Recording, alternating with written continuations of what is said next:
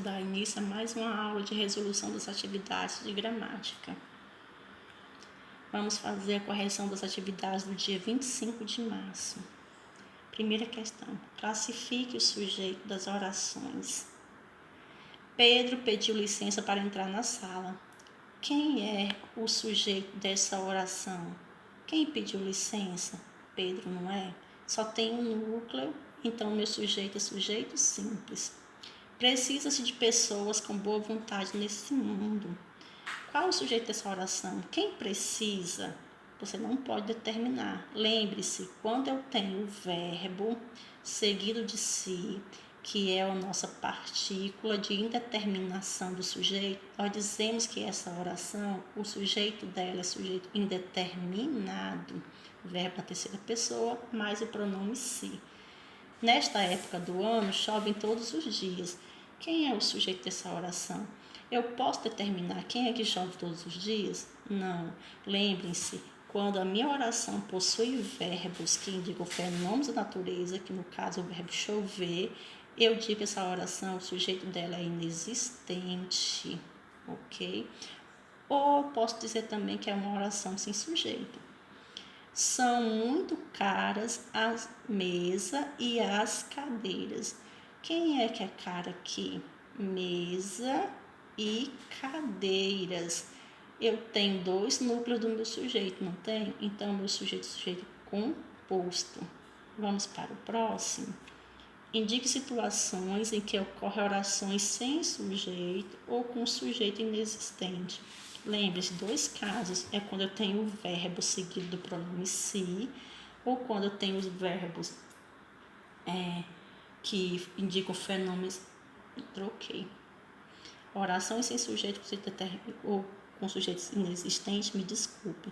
É aquelas em que os verbos expressam fenômeno da natureza, o verbo haver, não é? No sentido de existir, e também o verbo fazer, quando indica tempo, ok? Então, nós vamos lá.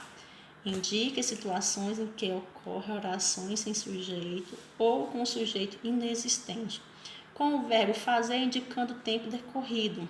Ok, nesse caso sim, a minha oração é oração sem sujeito, com o verbo haver no sentido de existir, certinho. Quando o verbo haver está no sentido de existir, a minha oração ela é oração sem sujeito. Lembra que eu sempre falo?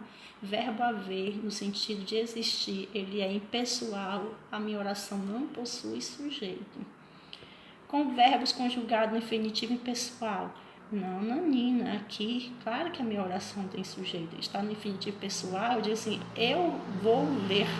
Infinitivo impessoal. Então, para ler, né, tem uma pessoa que vai praticar essa ação. Então, tem um sujeito.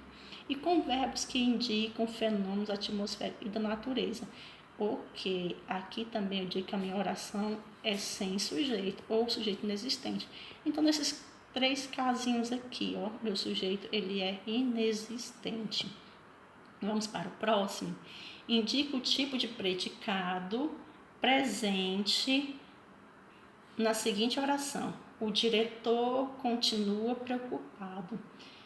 Quem continua preocupado é o diretor. Isso aqui é o meu sujeito. E preocupado é uma característica do meu diretor, não é? Então, quando eu tenho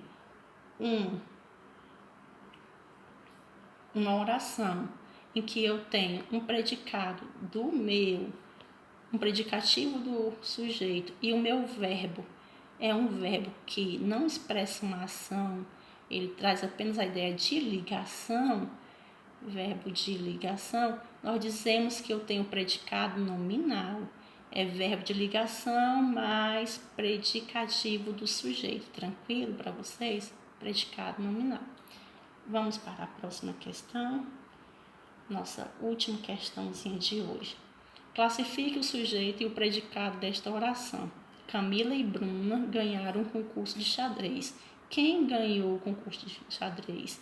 Camila e Bruna. Tem dois núcleos, não tem? Se tem dois núcleos, meu sujeito ele é composto. Ganhar o concurso de xadrez. Quem é o verbo? Ganhar. Ganhar indica uma ação? Sim, ganhar o concurso de xadrez. Então, eu tenho um predicado verbal, porque esse meu verbo aqui ele é um verbo significativo, ok? Então, sujeito composto e predicado verbal. Esse é o último exercício da nossa aula de hoje. Tchau e até a próxima.